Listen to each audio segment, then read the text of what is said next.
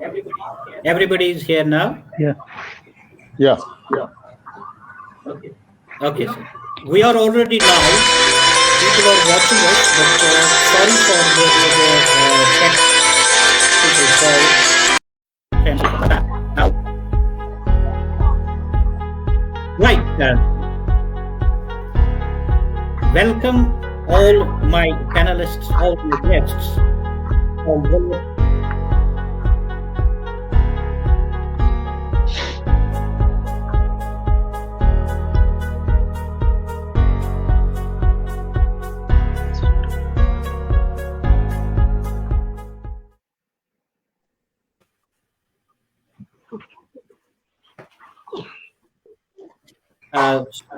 We were some technical calls, we were not able to connect at time, but we are there now. And I, Javed Iqbal, I request all my panelists, could they please unmute, mute all the mics so that, yes, that's it. We can hear a little bit of noise in the background. So could you please unmute all the mics? I mean mute all the mics so that I can start the program. Dear viewers, I am your host Javed Iqbal with an important program, Stalemate on Kashmir and its way forward. Kashmir cannot remain like that. It needs to be resolved. It has got to be settled. Nor India and Pakistan can remain in continued conflicting situation in Kashmir. Kashmir was not a complex issue, but over years, it has become because of the rivalry of the two countries. The political situation resulting from 1990 conditions has added to its complexity. Its solution through political means could be explored step by step and at different stages. Kashmiris have been waiting for a just solution since 1947. Neither has the world body been able to make India and Pakistan to agree the implementation of its resolutions, nor have bilateral initiatives spread over series of dialogues resulted into any settlement. There are Kashmir Friends groups in the powerful corridors of the West, but what they support is not the policy of their governments.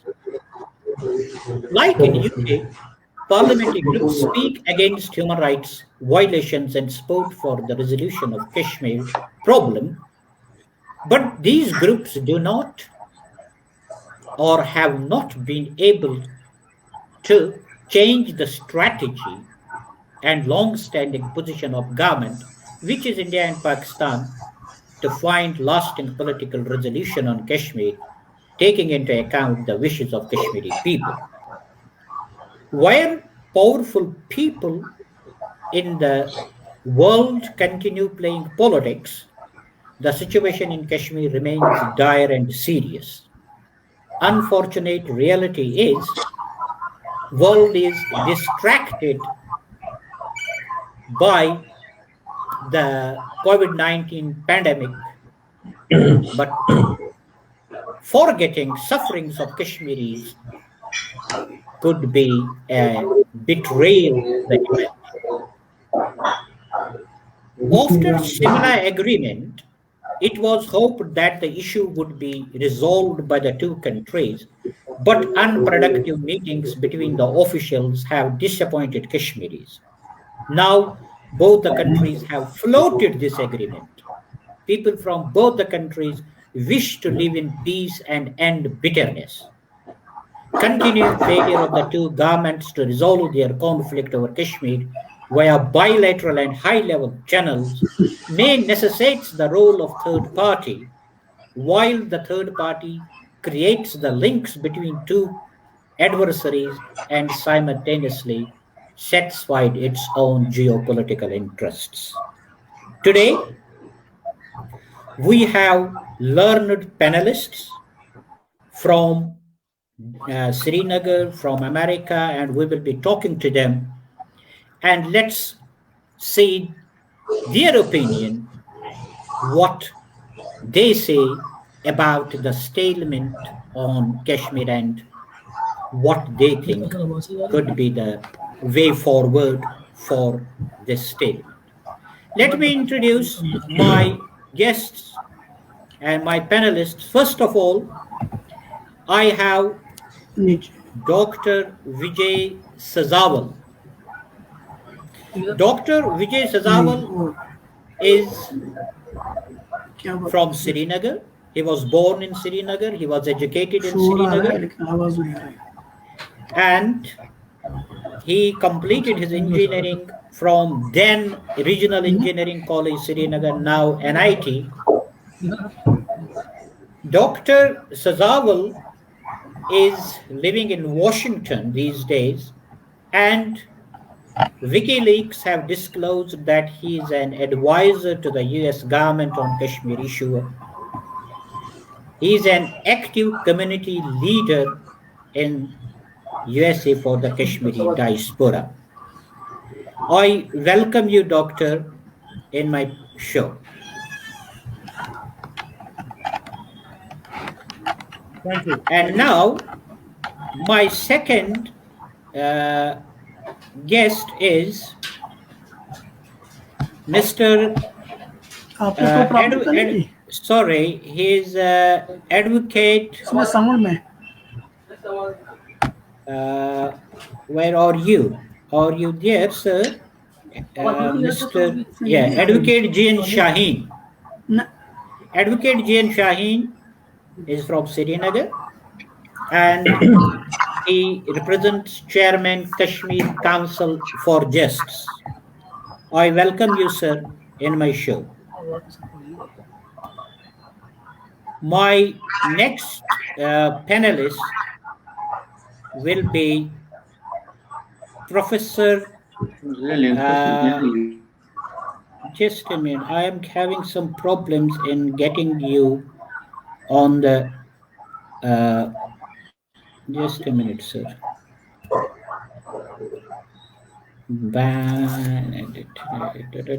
Okay. I have some technical issues here.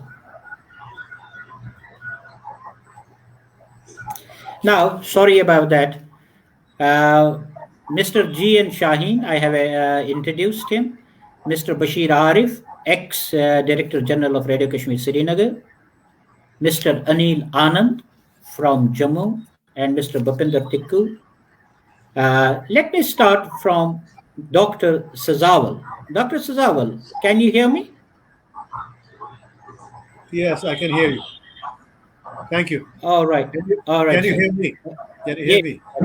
Dr. Sazawal, as you will be speaking for 7 minutes, floor is yours, sir.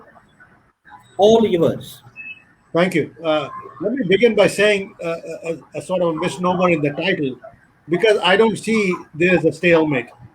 In fact, I don't believe there's a stalemate. I think the reason why people feel like that is because there's a tendency to put too much emphasis on the global aspect of Kashmir issue and not enough on what really drives the policy, Kashmir policy, on the ground. And the Kashmir policy on the ground is really driven by the understanding the quality of India. Because it's Dr. Sazawal, can I please just interrupt you here? Can I ask the panelists please mute their mics, because there is some noise coming on.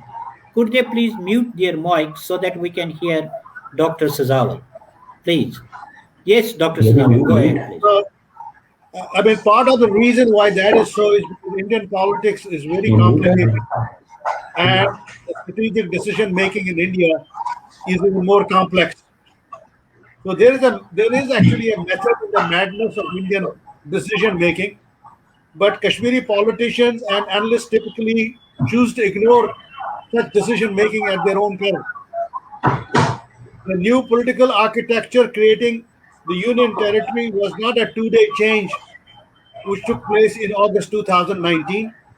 It was a culmination of a 5 year effort of careful political and security analysis, planning, and execution that was initiated as far back as in 2014.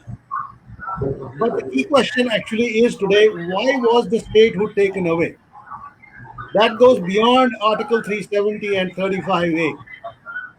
Actually, that is the crux of the problem now. I have been saying that from 2010 that Kashmir will lose its statehood once the government of India wises up. The security, finances, the law and order situation in the valley was simply unsustainable. In fact, after the August 2009 change, one of my most downloaded presentations is from 2012. And I'm requesting Javed Saab, can you put up the slide that I have included? Right, sir. Okay, just give me which slide you want me to put, sir? The first one, which says, the title of the presentation. It's slide one when I sent it to you. Okay, sir. Slide one.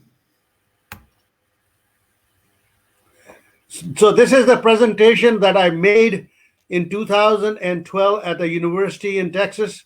Was actually the Department of Islamic Studies. It was a culmination of multiple visits that I had taken to the valley before that. And as I said, from 2010, I've been talking about how the situation in the valley had to change, but was not changing because government of India really didn't know how to change it. So turn to the next slide, sir. No, there's a slide before that. One more slide. There's another slide after that. This one, sir? Yes. So I don't know if people can read it, but I'm talking about the dysfunctionality in the state. This is 2012, and let me read it quickly for you. It basically says that the similarities between J&K and other failed states in northern Africa and are very similar. Public loyalty is shared among various politicians, whether they are elected, whether they are rejected, whether they are separatists or militants. Controlling the state machinery and acquiring unfettered possession of public funds has become the main primary purpose of the political dispensation. The politics is increasingly patrimonial and spoils oriented. There's a continuing contest in the economic and political between elites, politicians, and separatists. I'm not going to repeat all of it, but I think the main message that I wanted to say was that essentially we had a ruling. Other states have ruling parties. We have a ruling class in the state, and it really didn't matter who was winning or who was losing the elections, because all the ruling class was in it together, and they were all benefiting from the system that existed in the state. And the disappointment to me was, if you showed me the third slide, which is the intellectual class, which was basically their job, their unfortunately, they, instead of actually making an issue of the way the state was ruled, they kept on harping only on the international aspects of the issue, because it was a glamorous thing to do. They didn't offer any solutions. There were mounting problems across the board in every sector, whether it's environment, whether it's corruption, whether it's the rights of the minorities and things like that. All they did was and very interestingly, most of them were paid were part of the academia and were paid by the state, and the ruling class liked to keep that agitation going by basically underwriting most of their costs and keeping them on the job. We ended up with essentially what I will call the last wave graph that I want to show from that presentation. Now which is the triangle of misery. The triangle of misery, if you look at the triangle of misery, what am I showing there? I'm showing there basically, essentially, you had on one end a dysfunctional state institutions and a very corrupt political class. On the left side, you see essentially intellectual intelligentsia, which is totally enamored by the international aspects of the problem, as if that would bring any solution. It hasn't brought for the last 75 odd years. And of course, the finally on the other end was dysfunctional civil society, which basically didn't really come up there. So we had essentially a situation where you had breakdown of law and order, corruption. You had religious persecutions and so on and so forth.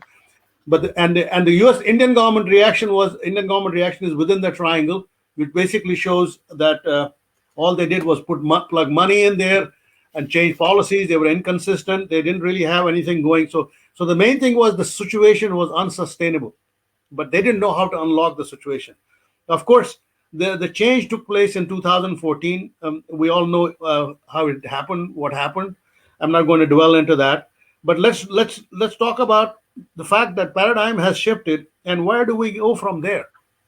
And I think the first thing we have to remember is that today the Jammu and Kashmir is a fully integrated. It was always an integral part of India, but it's a fully integrated part of the union. Pakistan is moving towards granting provincial status to Gilgit-Baltistan. And in fact, even Dr. Karan Singh has agreed to that. DGMOs have agreed to a ceasefire, which is holding. And in fact, if you remember, we have a backroom diplomacy going on between India and Pakistan right now.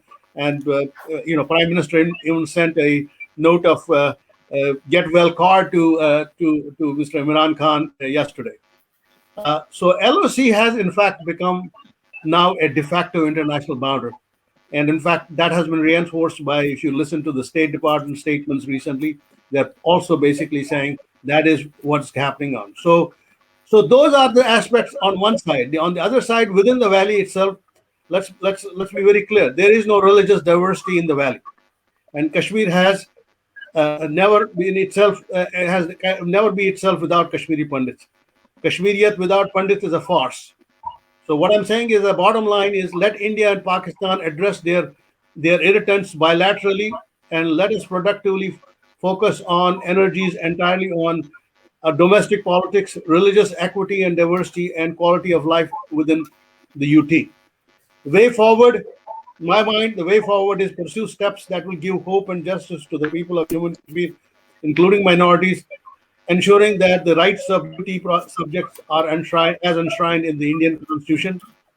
To bring peace, prosperity, religious plurality, and betterment in lives of the people, and should begin with a serious commitment to bring and attract Pandits back to the valley. And they have made their choice clear. They will only return in a new township that has new infrastructure, facilities, and housing, and is open to all faiths. What I mean by that, it's a religiously diverse, smart city. The last item I want to talk about is the restoration of statehood. It's not as easy as it sounds. The obviously they will follow in a sequence. The UT assembly elections have to take place. They will take place after the delimitation is completed. But the restoration of statehood will only happen on its own merits, satisfying various decision-making checklists within Government of India. Challenges to national security, good governance, religious diversity, return of Pandits have to be addressed and resolved to a large measure. The plan can be accelerated if Kashmiri politicians and local civil society recognize and address various deficiencies and lapses in the past, and work collectively to strengthen institutions, religious diversity, and security in UT. This will be the primary challenge facing the next elected CM and his or her cabinet in JKUT. So my advice to the intellectual constituencies in Kashmir is to end the polemics of only complaining about problems and become part of the solution. I'll close with a famous and a historical quote. Government is not reason. It is not eloquent. It is force. Like fire, it is dangerous servant and a fearful master. And who said that? That was said by George Washington, the first president of the oldest democracy in the world, and he was commenting on the power of the federal government. Thank you. Thank you very much, Dr. Sazawal. All the panelists heard Dr. Sazawal that there is no stalemate on Kashmir. It's only the question of development. It's the only question of democracy, local democracy, and other things which at the end Dr. Sazawal talked about. Let me take here Professor G.M. Athar. Professor G.M. Athar, can you hear me? Professor Saeed Athar, can you hear me, sir? Hello, can you hear me, sir? Professor, can you hear me? Ask him to unmute. Can you please unmute your mic? Okay. Professor Athar, can you hear me, sir? Yes, yes. Can you hear me, sir? Can you hear me? Do you hear me? Yes, yes, I can hear you. Now, sir, Professor Athar. Hello? Yeah, yes, I can hear you, sir. All panelists. Your voice is breaking, sir. Yes. Yes, all panelists are hearing you. We can hear you, sir. Now, Professor Athar teaches political geography and geopolitics. He is a writer and a speaker. Can you hear me, sir? Hello? Can you hear me? Hello? Hello? Professor Athar, can you hear me, sir?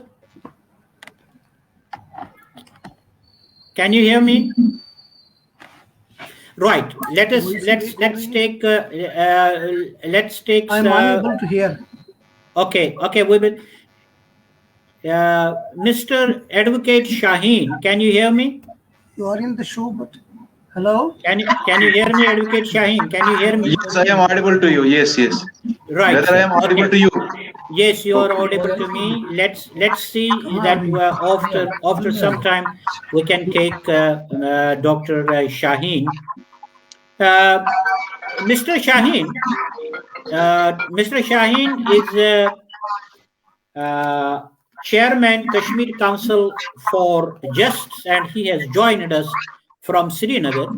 Mr. Shaheen, you heard Dr. Sazawal, and floor is yours for 7 minutes. See, I first welcome to all my friends who are outside the state of Jammu and Kashmir. I start with a famous quote from the European Union: Kashmir is a beautiful prison. And I will add to it, Kashmir is a beautiful landscape on the planet with delicious waters in its rivers and tributaries flowing through lush green plains, surrounded by snow-decked peaks of high mountains, presenting a white marble wall around the Kulak, with geostrategic importance connecting South Asia with China and Central Asia. But the harsh reality is the paradise is on fire, and hell for its citizens, suppressed and oppressed by the alien occupants, particularly Government of India. Since 1947, we are passing through a phase of death and destruction, pain and humiliation, under the nose of unattentive and luxurious neglect of civilized world, guided by trade and economic interests. Today, when we discuss the highly sensitive issue constituting potential threat to the peace and security in the region, and seeking a way forward for my countrymen pass through sleepless moments in desperation and helplessness, but never losing the hope. In the given situation, I suggest India and Pakistan should allow intra-Kashmiri dialogue among all the stakeholders on both sides of the ceasefire line to begin with. India and Pakistan should resume comprehensive and composite dialogue, process stalled by now from so many years of acrimony and hostilities, with primary focus to address the Kashmir issue in its historical perspective. People of Jammu and Kashmir on both sides of the ceasefire line welcome the announcement of ceasefire by Government of India and Pakistan, No doubt it is a welcome step forward in the right direction, but not sufficient. Indian government should in the first instance stop unilateral war of attrition against the people of Jammu and Kashmir and restore their basic rights and withdraw draconian laws giving legal cover to the state repression. The political prisoners, including freedom leaders and activists, should be released from detention and FIRs against them be revoked to bring confidence in process among the people in the state of Jammu and Kashmir. I don't agree with Mr. Saswal when he says there is no stalemate. In fact, there is a stalemate. Mr. Saswal is limiting the dimensions of the Kashmir issue. Kashmir issue is not a problem of economic development, employment, but it is a political problem which has endangered peace and security in the region since past 71 years. India and Pakistan have locked horns 3 times. Now there are new dimensions. Afghanistan cannot, the developments in Afghanistan are linked with Kashmir. Let me make it clear. The ceasefire between India and Pakistan is not so moto exercise, which is influenced by bilateral thinking, but it is influenced by the external thinking. I think that China is a very important factor. Our land, our state of Jammu and Kashmir, it is one part is administered by Pakistan, another part is administered by India, and I can go to the extent that another part is controlled by China. The 3 nuclear powers intersect in history against each other. Let me quote Henry Kissinger that India and China and Pakistan and India are intersect against each other. So Mr. Saswal has when he says that we have addressed the issue. It is his government of India is not addressing the issue. They have created the problems and the onus lies upon them to address, because after 19th of this August 2019, 5th August 2019, when the statehood, then Article 370 is scrapped unilaterally, undemocratically, and against all constitutional and legal norms. Authority, now number one, what has befallen after 5th August 2019 upon the people of Jammu and Kashmir. Because if Mr. Saswal along with the government of India is sincere, let them open Kashmir to the entire world. Let them see the whole. Let them open Kashmir to their own parliamentarians, to their own intellectuals, to their own human rights activists. Now we are all passing through a phase of death and destruction. I think Mr. Shaheen, I suggest I will come to the conclusions. Yes, I will come to with a brief moment. Because we will take the questions at the end. If you can just sum up, because we are running. Yes. I will try to sum up. I think the Kashmir is a political problem and deeply rooted in the history of subcontinent. Unless and until the India and Pakistan commit themselves by the agreements which they have entered into in United Nations and accept the governable principle of people's right to self-determination, no peace, no security will be in the region. But I say the security and development, when we talk of development, it should be sustainable development. In a war-like situation, it cannot be done. Now there is a CPAC, another additional admission. We have to accept the realities. I had a chance to talk to General Parvez Musharraf in 2002 in Islamabad, Pakistan. We proposed certain things that no, we have a way forward. If plebiscite cannot be held at this time, if you cannot resolve the Kashmir issue within by creating an independent state of Jammu and Kashmir, let us have a dialogue on other alternate resolutions. Let it be greater than autonomy, less than sovereignty. Unless Right. aspirations of the people are not addressed, I think now we are living in the we are from the we are from ground zero. We know the dimensions of the situation local. I welcome my Pandit brothers to Kashmir, but the Pandit's return of Pandits has been a program past 30 years. Has government of India been able to make an Mr. sit up policy? Mr. Unless Shaheen, the, all Mr. Shaheen, we are running all out the of the time. We are yes, running yes, out of the time, Mr. Shaheen. We yes, will come back to you, and hopefully, if you can just within 30 seconds, if you can sum up, please. yes. I suggest that India and Pakistan should resume dialogue. Number one, it is a way forward. We welcome the ceasefire on borders. We welcome the ceasefire on LOC. Number one, number two, but there must be intra-Kashmir dialogue permitted by government of India and Pakistan, so that we, the people who are actual stakeholders, principal stakeholders, can interact with each other and find a way forward. Number Thank you three, very much. Thank you the very much. Thank you confidence very. building measures in the peace process. Thank you I very much. hope Thank you. Thank you very I much, hope Mr. the Shaheen. confidence building measures by India and Pakistan should be taken, and so that the Indo-Pak dialogue can move in a right direction. But we are hopeful. We are not we are not pessimists. So We kind of, are. so kind of. I have to stop I you. want return I of have the Kashmiri Mr. peoples to Shaheen, Kashmir, but Mr. I want Shaheen. equally I have to. the migrants, Yes, all the migrants, to their respective homes, whether please, they are in please. Azad Kashmir, Gilgit, Baltistan, or in the Kashmir I Valley. may have to. I may have to stop you there, Mr. Shaheen. We heard your opinions that India and Pakistan should resume the dialogue, and let me take here Mr. Anil Anand. Can you hear me, Mr. Anil? Mr. Anand, can you hear me? Hello. Yes. So Yes, I Mr. can Anand. Yeah, I I can can hear hear you you. now. Can Yeah. okay. Mr. Anil Anand is a journalist. Mr. Anil Anand is a writer. Mr. Anil Anand is a political activist, and he has been doing a lot as far as Kashmir resolution is concerned. Floor is yours, Mr. Anand. Thank you very much, Javed Saab.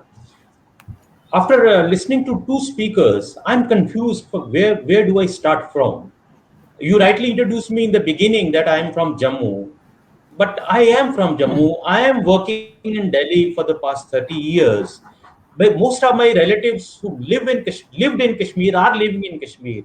So I fail to understand how do I start from where I start. For me, it is Jammu and Kashmir. Yes, Kashmir is a core problem. Kashmir is a core issue. But Jammu and Kashmir is like a body. If any part of the body is affected, it affects the other limbs also. So what I'm saying is, when we talk about the issue, we must talk about Jammu and Kashmir. Ladakh we have already lost, already a separate union territory. That's a separate debate whether they are satisfied or not. But it is Jammu and Kashmir. Yes, I was hearing there is a need for dialogue between India and Pakistan. Jammu and Kashmir problem, let me say Kashmir problem is multidimensional. Two dimensions which I would like to toss, which some of the previous speakers have also talked about. One problem is the external, and when we talk of a point towards the external problem, the obvious reference is towards Pakistan. And now, of course, Pakistan is joined by China. All of us know that external problem. I would rather focus on what I said was Jammu and Kashmir on the internal issues and internal problems, which, to my mind, in the last 70 years have either been taken for granted or remained untouched. As a result, the political class from time to time, the successive governments from time to time, they have exploited sentiment in Kashmir, they have exploited sentiment in Jammu, they exploited sentiment in Ladakh to keep their political parties or the governments going. Yes, I am for dialogue at all levels. You need a multi-dimensional dialogue. If we have to look for a way out of the current impasse or the current problem or the crisis, whatever one may like to call it as. My feeling is, yes, the speaker previous to me, the honorable advocate from Kashmir, he said immediate dialogue should start between India and Pakistan.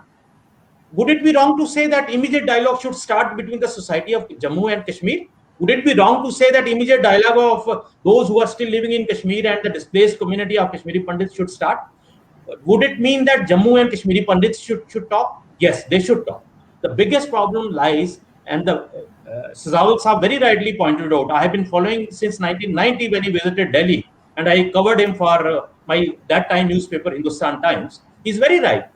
He's very right that the wrong decision making. Yes, but there was no social pressure because we were not together as society. So where on one side there is the governmental failure, political failure, there is a societal failure also, because we as a society we couldn't join hands, we couldn't come up together to safeguard each other's interests. It may sound utopian, but if we had we united, we wouldn't have given much margin to the political parties or the leaders to exploit us. Anyway, another thing which I would like to point out is, yes, there should be a societal dialogue between Jammu and Kashmir, between Pandits and Kashmiri Muslims.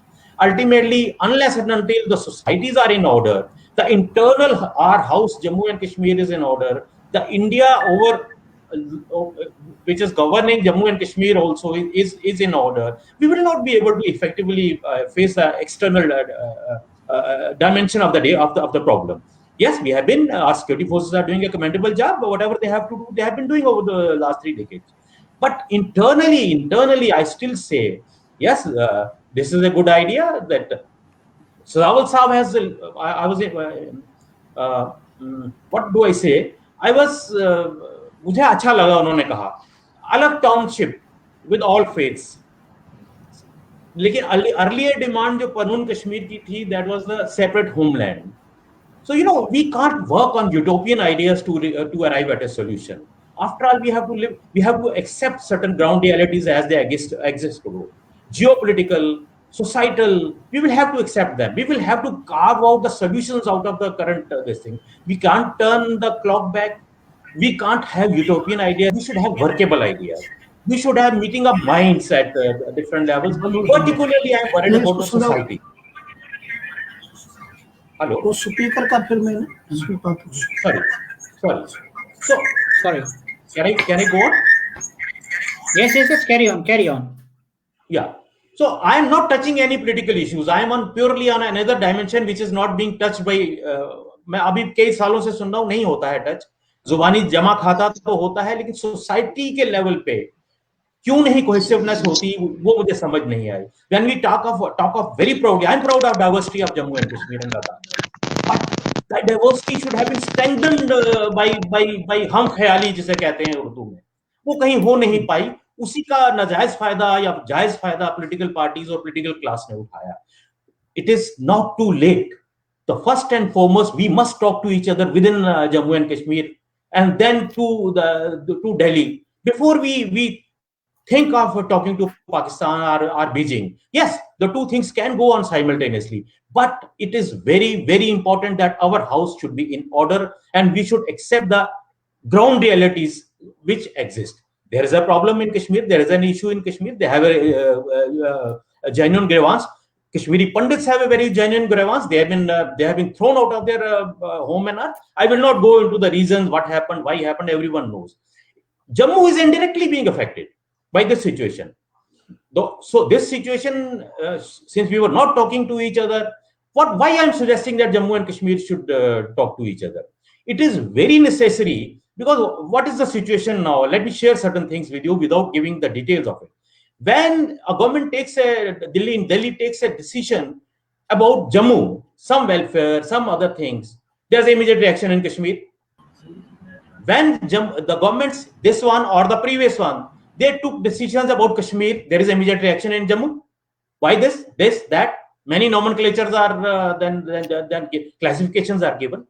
My feeling is to, first of all, we the society must cover our flanks. Then the second point is, everyone has to get their due. The diversity will only survive if all the constituents are strong and sustain themselves. So to say that we talk to Pakistan, that will resolve the issue, that is one part of it. To talk amongst ourselves is much more important than that, because there are serious issues. I live in that society, though I am based in Delhi right now. I am Jammu, you rightly said, Javed sir. I am from Jammu. But I keep on meeting all friends from Kashmir, from Jammu, from Ladakh. I'm in touch with them, but some friends had come from Ladakh. Problem is we don't understand each other's neither psyche, not sociology of each other. What are we going to do? What are we demanding? कि कश्मीर को मिल गया तो जम्मू खफा हो गया, जम्मू को मिल गया तो कश्मीर खफा हो गया. First of all, we will have to resolve this dilemma in our minds. Secondly, I just want to say, remaining in past will not resolve the issue. We cannot turn the clock back. History is very unkind. History has is full of turmoil. History has a good moment also. So it is always better to learn from history and move away. What has happened is we are so engrossed with the history, and again the political class is using that weakness in our minds, that they have created a cobweb of historical events to enmesh us, to entangle us into that. So what has happened now, without with due apology to all, when I talk to my Kashmiri Pandit friend, he says 250 साल का Dogra rule का हम पे जाती हुई. Yes, I don't disagree that every government, चाहे वो monarchy हो, चाहे वो democracy हो, उसमें जातियां नहीं होती हैं. When I talk to my friends in Jammu, my fellow Jammuites, they say पिछले 60 साल से कश्मीरी leadership ने हमको बहुत exploit किया. Yes, किया होगा. When I talk to Kashmiri Pandits, they quote 5,000-year-old history. Yes, very rich history. I'm proud of that history. And they said हमारे साथ बहुत जातियां टाइम सेंचुरी से हो रही हैं. Well, can we resolve the centuries old? 30 seconds. Give me 30 seconds. Give me 30 seconds. Yes. That is why I am focused on only one aspect of it. I have not gone anywhere, but then it will become longer. So my problem is, please let us focus on, let's cut a deadline. Say 1947. उसके बाद जो गलत हुआ, जिसके साथ भी हुआ, हम सबको रिजॉल्व करना है. And let us not blame each other. गलतियां हुई हैं. My final comment is, if my ancestors have committed a wrong, if my Bashir's ancestors have committed a wrong in Kashmir, why should my coming generation, my grandchildren, or Bashir's grandchildren, or Sadawul Saab's grandchildren, they should suffer for it?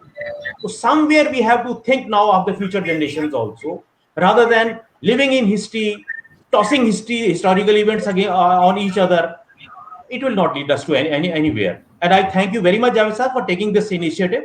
I hope we will continue with this, and maybe something good comes out of it. Thank you very much to all my co-panelists who heard very patiently.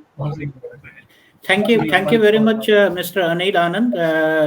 We heard Mr. Anil Anand. Yes, there is a problem in Kashmir which needs to be sorted out, but we cannot turn the clocks back.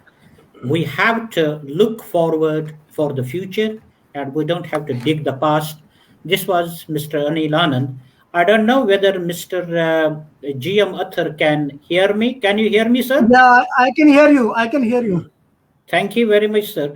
So you will be the next speaker. As I said, that Mr. GM Athar is he teaches geopolitics, and he is chairman of Kashmir National League, which is a organization which works for the resolution of Kashmir. He's a writer, he's a speaker.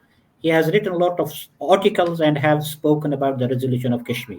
Mr. Athar, floor is yours. Thanks, Mr. Kakru Sahab, Javed Kakru Sahab, giving me for this opportunity to speak. First of all, let me wish you a very happy Navroz Alam.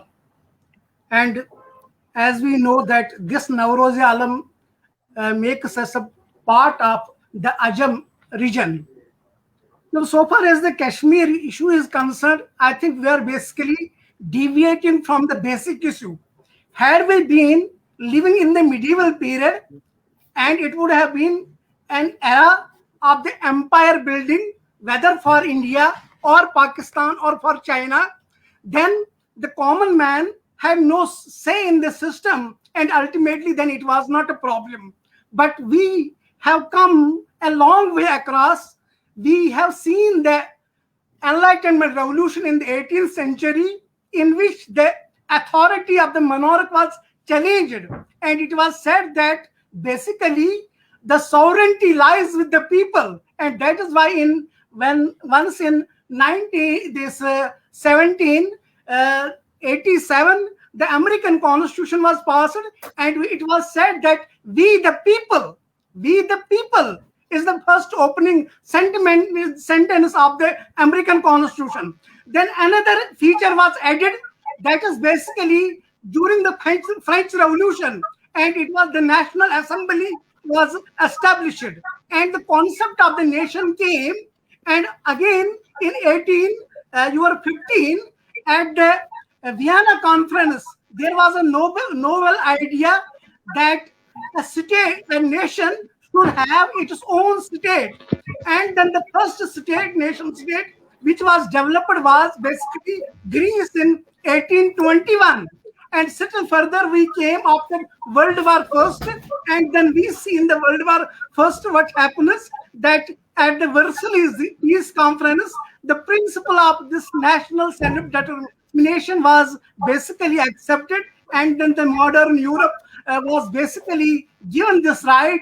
And then once UN was formed, this national self-determination was inserted as a principle. And once this Kashmir case went to there in the UN, at that time geopolitics was surrounding Kashmir, because we were very close to your former Soviet Union because of the Cold War. America initially was liking that if Jammu and Kashmir will remain an independent country, then it will be becoming a Soviet satellite. So initially they opposed, but ultimately once America was ready for an independent Kashmir, ultimately it was again because of the geopolitics that Soviet Union thought that if in my neighborhood it will be an independent country, it will become a base for America. And that is why once we see that on 13th of August 48, the UN passed the resolution that granting the right of self-determination to the people. It was Pakistan which moved an application first confirmed from UN whether this right of self-determination also includes an independent country. And then they said, okay, it is in there. So what they did, they basically moved an application and asked them, no, this option should be deleted. And then on 5th of January 1949, another resolution was passed in which the right of self-determination was plebiscite for people whether to go for India or Pakistan. So Pakistan was there, and India also maintained a criminal silence because these were the beneficiaries. There was then afterwards a mutual understanding between the two countries, and they decided that they will divide the territory of Jammu and Kashmir. And Mr. Athar, can I just interrupt for a second there? Sorry to interrupt you, but if we will just focus on the topic that what will be the way forward for the state. I'm coming towards that because I was giving you a historical background that because India and Pakistan come closer, whether it is 1949 or it is 1972 or it is 2021. Basically, it is against the Kashmir. They want to just divide the territory between themselves. But we, the people of Jammu and Kashmir, are an agency. Okay, it is good for them. They must come together. They must have peace building. But that will not resolve the Kashmir issue. Because the Kashmir issue is not a territorial dispute. It is the question of the right of self-determination of the people. And here I want to pause. That this Jammu and Kashmir, we should not talk haphazardly about Jammu and Kashmir. Jammu and Kashmir is not a nation. It has been militarily carved out.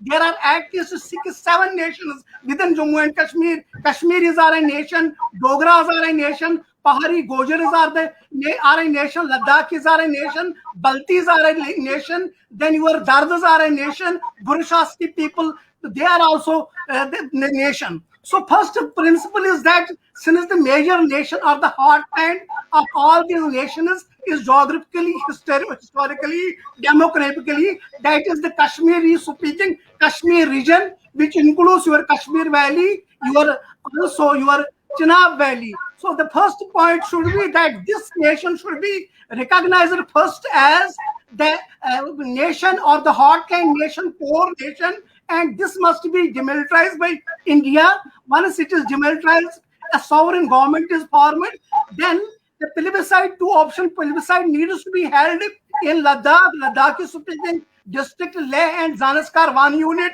Then your this Jammu, this Dogra majority area, another unit. And these people need to be asked whether you want to be with India or join this what I call Kashmiristan. Similarly, afterwards, or simultaneously, you can carve out this Pahar. You speak in Muslim region, what is Pahar or Azad Kashmir. You can have Dardistan and Baltistan, of which Kargil is of course a part. And these people have to be asked whether they want to join Kashmir or they want to remain with Pakistan. So ultimately, here also the people of Jammu and Ladakh will openly give their free verdict. And in the same way, in Pakistan occupied territory also, they will give a free verdict. And if other nations want to join this Kashmiristan, then there is possibility that this can become a federal republic of Pakistan, and then we can have 6 or 7 or even 5 republics within this Kashmiristan, and that is the democratic way forward. But since that democratic way forward, it will take time. So as long as that this solution is basically implemented and accepted, to begin with, let us go to the Maharaja Hari Singh's instrument of accession, which was only with respect to defense, foreign affairs and communication. Let government of India sincerely implement the instrument of accession, which was given the constitutional shape of your this presidential constitutional order of 26th January. 30 seconds left. Mr. Athar, 30 seconds. Okay, so basically that this 1950 position must be reverted first, then afterwards this must be demilitarized and efforts must be made peacefully that this sovereign Kashmiristan or Federal Republic of Kashmiristan is created. That is the only logical, and this demand is on the basis of the modern principles of political theory, modern political principles. It is not, we are not living in any this empire. It is not Mughal Empire, it is not Ottoman Empire, or it is not Roman Empire. Neither it can be Indian Empire, or it can be Pakistani Empire, or it can be Chinese Empire. It is the question of the people of Jammu and Kashmir, people of the Kashmir. Thank you very much. No compromise on it. Thank you very much, Mr. Athar. Mr. Athar was saying about that. Let's go back to the 1953 position and let the instrument of accession should be followed, and it is separate. So all the panelists heard about Mr. Athar's opinion, and we will come back to Mr. Athar in the question-answer session after we have listened to our panelists. Let me take Mr. Bhupinder Tikku. Mr. Bhupinder Tikku, can you hear me?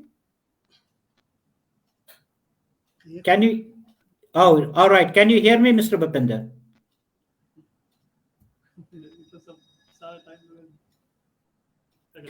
Can you unmute? Yes. Yeah. Can you hear me? Yeah, that's great. Yeah.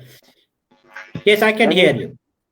Mr. Tikku, Mr. Tikku is from Srinagar, and Mr. Tikku is an engineer by profession, but he's a political analyst, he's a writer, he's a poet, and has been following Kashmir since not from 1990, but before that. Let's listen to his opinion. Mr. Tikku, all yours. Thank you, Javed Sahab. I hope my voice is carrying over. Yes, it is. And I thank you at the outset for inviting me to this program, which is a very important issue. We have heard the erudite panelists, Mr. Sajaul, Mr. Shaheen, Professor Athar, Mr. Anil Anand, prior to this. All have given the diverse views on the issue. That is very okay. There are opinions, and opinions are bound to differ. I will start with a small hypothesis. The hypothesis is very practical, very pragmatic. By looking back into the history and into previous days and years and centuries, no nation can move forward. First of all, no amount of analysis, counter analysis, causes, consequences can pave way for us to move forward.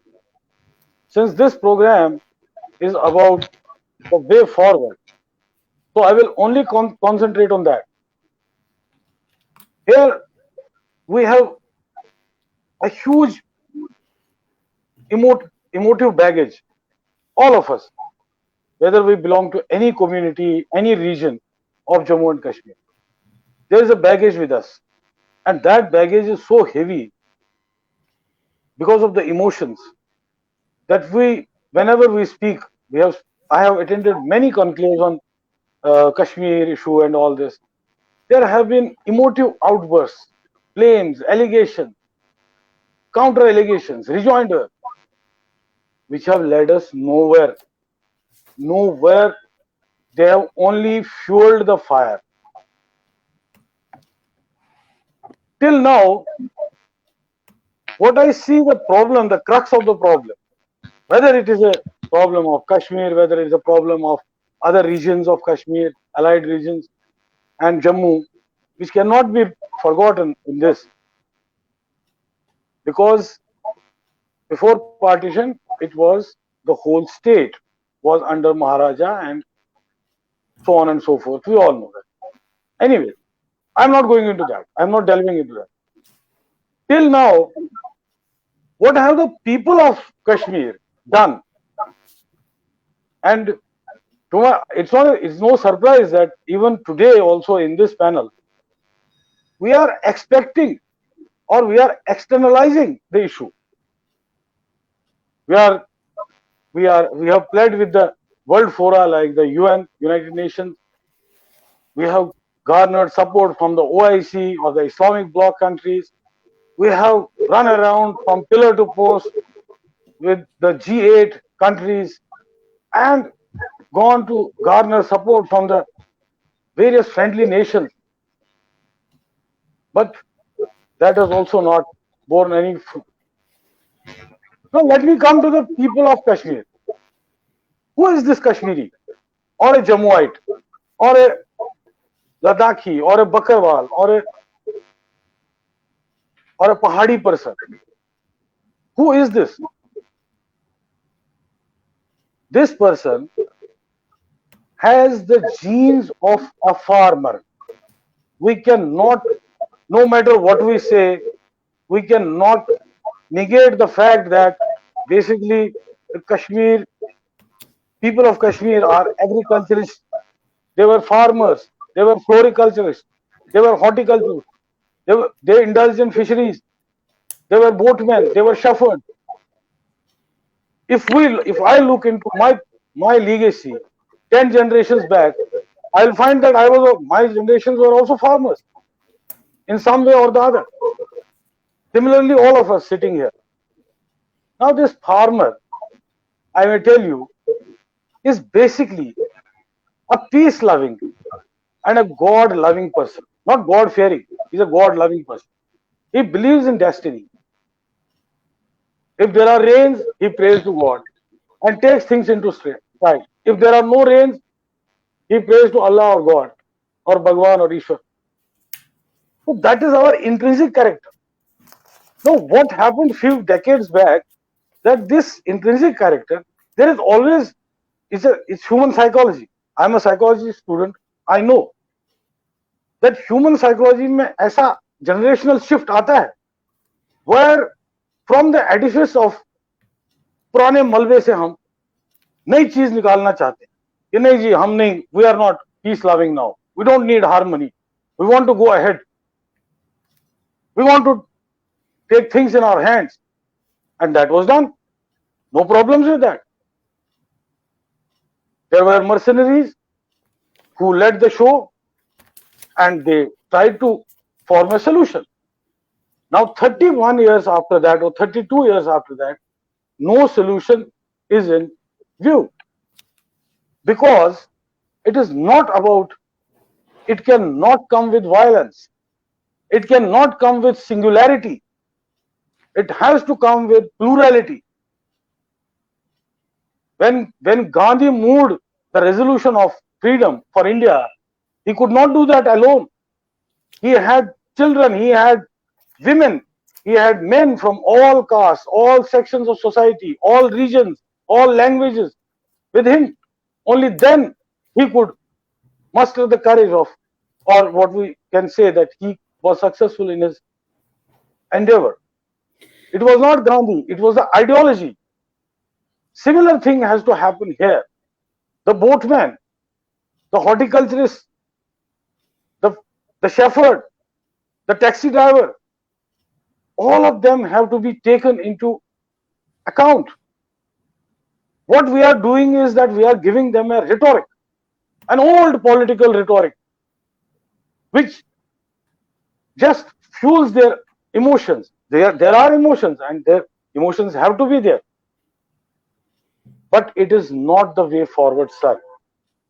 With due respect to all the erudite panelists and to my audiences who are hearing, देखिए होता क्या है, मैं हिंदुस्तानी में या उर्दू में बोलना चाहता हूँ ये, to reach to a wider audience, if I am allowed, Javed sir. Yes, sure. Go ahead. You have got 30 seconds, sir. होता ये है कि हम ये देखते नहीं है कि क्या बोला जा रहा है, हम ये देखते हैं कौन बोल रहा है, और हम उसकी बैगेज देखते हैं. ये कौन बोल रहा है? ये सिख बोल रहा है, ये जम्मू का बोल रहा है, ये कश्मीरी पंडित बोल रहा है, ये मुसलमान बोल रहा है. हम ये नहीं देखते कि वो क्या बोल रहा है. World is moving ahead at a rapid pace. Globalization, technological advances, आप देखिए कहां से कहां पहुंच गए लोग. मैं गुड़गांव में रहता हूं, दिल्ली के पास एक छोटा सा जगह है Gurgaon.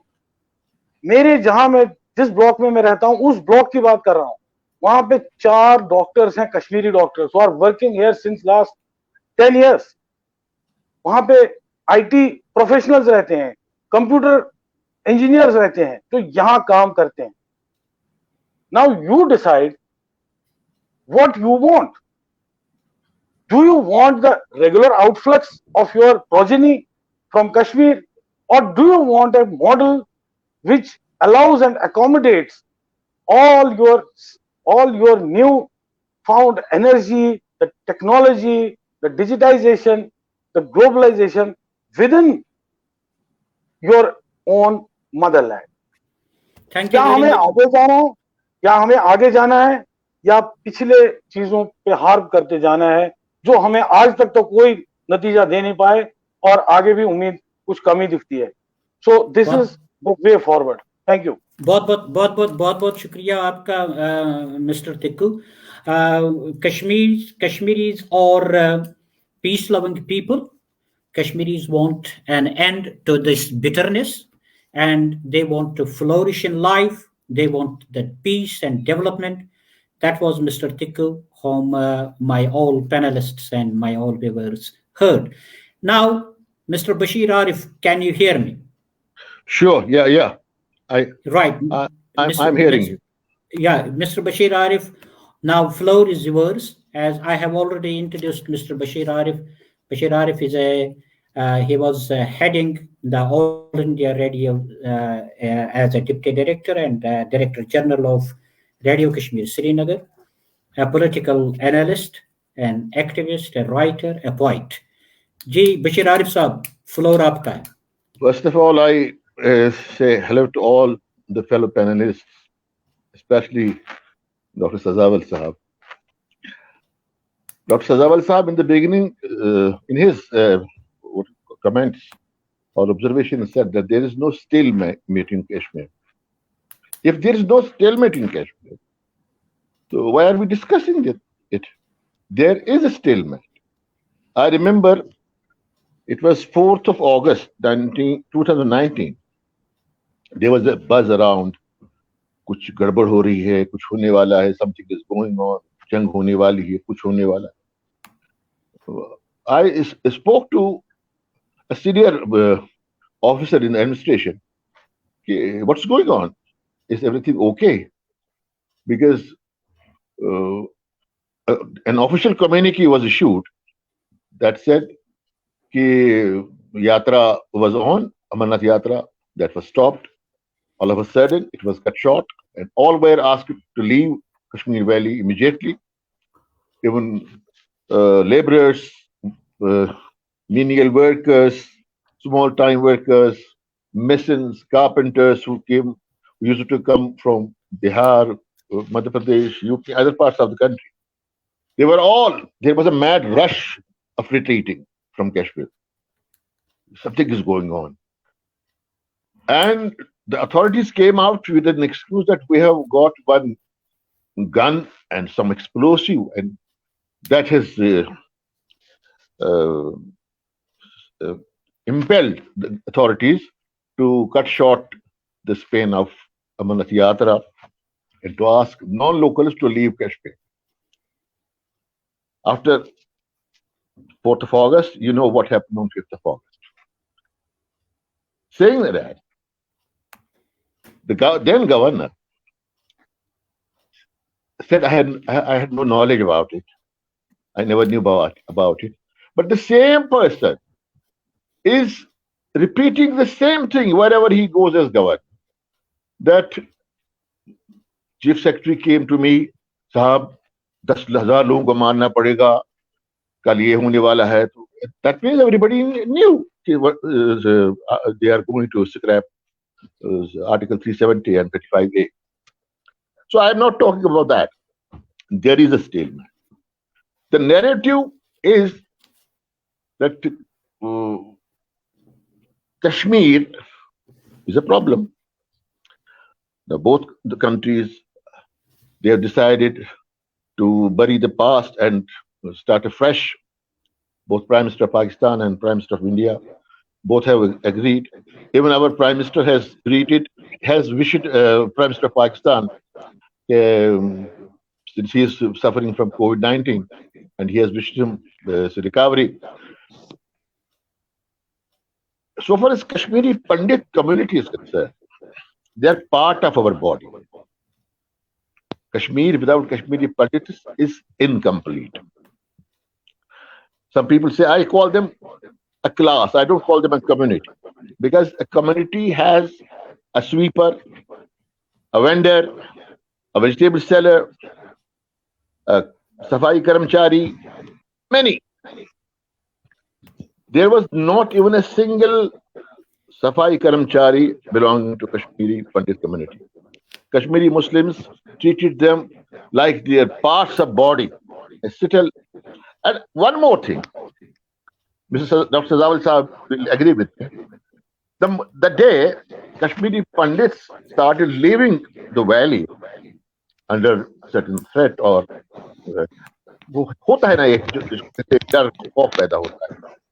what was the government of the day doing? Why didn't they took safety measures to protect their properties? Why were distress sales allowed? A huge house costing ₹1 crore was sold out for 10 lakhs for peanuts. Why was it allowed? So let us bury the past. Let us start afresh. If we say we will do a cat's milk, we'll shut our eyes and lick the milk. कुछ नहीं हो रहा, मुझे कोई नहीं देख रहा, मैं किसी को नहीं देख रही हूँ, तुम कोई मुझे भी नहीं देख रहा है. That I don't agree. There is a stalemate, and this problem, this issue has to be resolved. Narrative has to be changed. You have been watching some political parties shifting loyalties today, and just recently, one senior politician of the J&K state, urban state, now it's Union Territory, said that I'm not a Kashmiri. Don't call me Kashmiri. I'm a Jammuite. I have great friends in Jammu. One is Mr. Anil Anand sitting with me in this panel. So narrative should be, the stalemate should end. Hostilities should stop. Warmongering should stop. There should be honorable return of Kashmiri Pandits to their huts, not in separate colonies. I have told many of friends that let them come to my vicinity. Let government arrange their return of their properties. We cannot live without them. They're part of our society. They're part of our culture. The only community which I have so far learned that it's Kashmiri Muslims and Kashmiri Pandits. Kashmiri Pandits are the only Brahmins in the world, and some South Indian Brahmins who are non-vegetarian. No Shivratri is celebrated without fish or mutton. So the crux of the issue is that still is there. It has to be addressed. And now, after this China has become another party to it. There were two parties, Pakistan claiming half of the Kashmir, India claiming half of the Kashmir, and China taking Aksaitin and other parts. 30 seconds. That should not be. Mr. Bashir, 30 seconds more. I'll sum up. I salute all the panelists, Tiku Sahab, Shaheen Sahab, and Sadawal Sahab, and Athar Sahab, and my friend Anilji, that hostilities won't do. Narrative has to be changed. I have great friends, Kashmiri Pandit friends. I have great Kashmiri Pandit friends, great Jammuites who are my friends, great Ladakhis who are my friends. We have been watching small states being carved out of a big state. For that matter, Jharkhand, it was part of Bihar. Chhattisgarh, it was part of Madhya Pradesh. Uttarakhand, it was part of UP.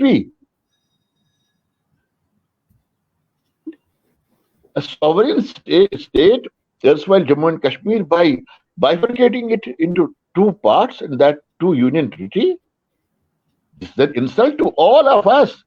Jammu, Kashmir, and Ladakh is.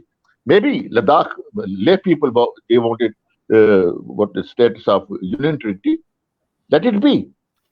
But how come 5,000 years of history has been insulted in one stroke, and you have bifurcated and belittled this state by making it union territory? Thank you. This narrative should change. This narrative should change. Thank you very much, Mr. Arif.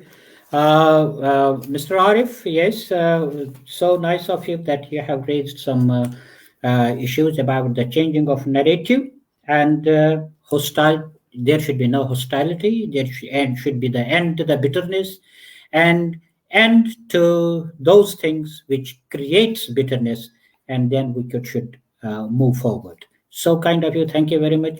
We have our last speaker, and I move to. Can you hear me, Mr. Bande? Yeah, I can hear you. Yeah. Right, Mr. Bande, you are the last speaker, and your 7 minutes start now. Thank you, Javed Saab, for giving me an opportunity to speak on World Telecast. And I was so far listening to the learned panel, and it is really a brainstorming session that we get to know about the diverse opinions about this Kashmir issue or whatever was done on 5th of August 2019. And it's so nice to hear all of the panelists here. And although I believe that we belong to different communities, but we are not the sole representatives of the aspirations and emotions of our communities. I firmly believe on it. But whatever I say here, I'll be speaking on behalf of me and what I have observed being a Kashmiri, being in Kashmir, and being a citizen of the Jammu and Kashmir. So I will not go into the details of what has happened few centuries before or what has happened pre-1947 or whatever has happened after 1947 to 2019. But specifically, I will be speaking about the abrogation of Article 370, why it was done, what are its implications, and what is the way forward in the given circumstances. So, so far I have understood this, the impact of this abrogation of Article 370. I think there are few dimensions to it. The first of all, we have to understand that what does this abrogation of Article 370 mean for the people of Jammu and Kashmir? So I think it was the utter humiliation when it was done on 5th of August 2019. I believe it was the murder of the trust that brought in insecurity, alienation, fear, and anger among the Kashmiri people. And for Indians, or specifically for the people who are at the power corridors at the center, that is BJP, they, for them, this is just like the fulfillment of the election agenda. Whatever that was in their election manifesto, they fulfilled it by abrogating Article 370 and 35A in Jammu and Kashmir. So, but there is also the third dimension to it, that is the international community.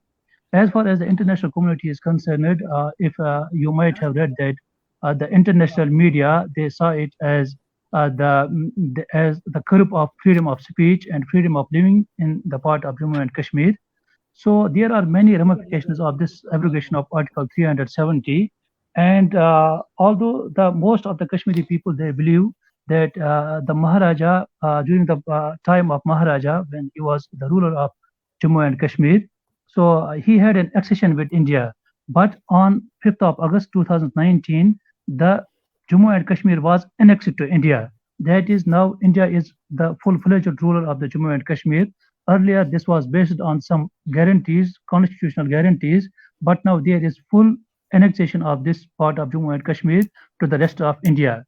And this annexation brought in the curb of civil liberties, and the democratic rights, those were put to halt. And I believe that this article, the removal of Article 370 or the Article 335A, this may be a clever decision by the government at the center, but I think this was not a wise decision at all, neither for the people of Jammu and Kashmir, and nor for the people of India, or the people who are living in the diaspora, like some people like you and the Professor Saab who was speaking earlier in the panel. So, in my opinion, I believe that this article was abrogated. The Indian media, the Indian government at that time, they gave few reasons of this abrogation of article at that time, and the most among them was that they want to economically empower the Kashmiri people. So that was the main motive for them. And secondly, they wanted to fully integrate Kashmir with the rest of the India, or the Jammu and Kashmir with the rest of the India. And the number third thing was that they wanted a good governance here, because in their opinion, they believe that the people who were governing here from the last 70 years, they were corrupt people. They were not doing good here. They were not implementing the policies of the central government efficiently and effectively here. So that was the third point which was raised by them always. And number fourth point was that it was done because they wanted to address the grievances of the Kashmiri people. And number fifth was the acceptance of the aspirations, that the majority sentiment that's here in Kashmir. So if we analyze these things, from the economic empowerment up to the acceptance of this aspirations, if we analyze all of these things, so since 5th August 2019, I believe 18 months have passed since then, and we are unable to see any economic empowerment on ground. We are unable to see any integration with the rest of India, and there is more alienation, there is more humiliation, there is more anger, there is more fear among the Kashmiri people, among the people of the Jammu and Kashmir. It's not for only the Kashmiri people who are living in Kashmir province, but for also for those who are living in the Jammu province. And there are many laws that are coming, that have come subsequently after the abrogation of Article 370, and all of these laws, all of these things, they are bringing in the atmosphere of fear. They are bringing in the atmosphere of anger among the people of the Jammu and Kashmir. So I believe that in that sense, the central government, they have failed on ground. And I believe among all this exercise, whatever was done here, whatever exercise was carried on 5th of August 2019, I believe the only beneficiary of this act is the BJP government at the center. Neither the beneficiary is the the people of Jammu and Kashmir, nor the beneficiaries are the people of India. The only beneficiary of this act is the BJP government at the center, who believe on majoritarian pride, who believe, who have proved Jinnah once again right, on this sense that Kashmir, this India belongs to Hindus and Pakistan belongs to Muslims. And I think at this time, the second Pakistan is emerging within the India by the policies of the central government, that's BJP. Specifically, I'm talking about the BJP. even though Article 370 वो जो नेहरू ने भी कहा था कि ये घिसते घिसते घिस जाएगा. So this was in it is there was only a skeleton of this Article 370, but the way BJP has done it, it has alienated the Kashmiri people, and especially the majority population here, that's the Muslims, because we see the abrogation of Article 370 is not any isolated case, but we see it as a part of the exercise that's being carried away in the rest of the India with the Muslims there. You can take Majid Sahib, if I stop you there, please, could you please just lay some light on what could be the way forward now? We have heard about it, but can we tell us that what will be the way forward? Because we are having short time, sir. Okay, carry on. Yeah, no worries, it's up. So in Kashmir, there is a forced silence at this time, and I think the learned panelists here and the audience who are listening us at this time. So this forced silence should not in any case be treated as the Kashmiris have accepted what was done on this 5th of August 2019. So regarding what is the way forward now?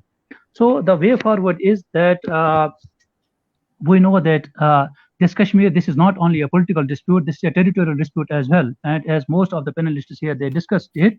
This one part of the Kashmir that is with India, another part is with Pakistan, and third part is with China as well. So in that case, this becomes a territorial dispute. And this is a political dispute as well as we have the resolution in the United Nations. So I think that Kashmiri should be given a chance for their future, to choose their future as per the wishes through a democratic process.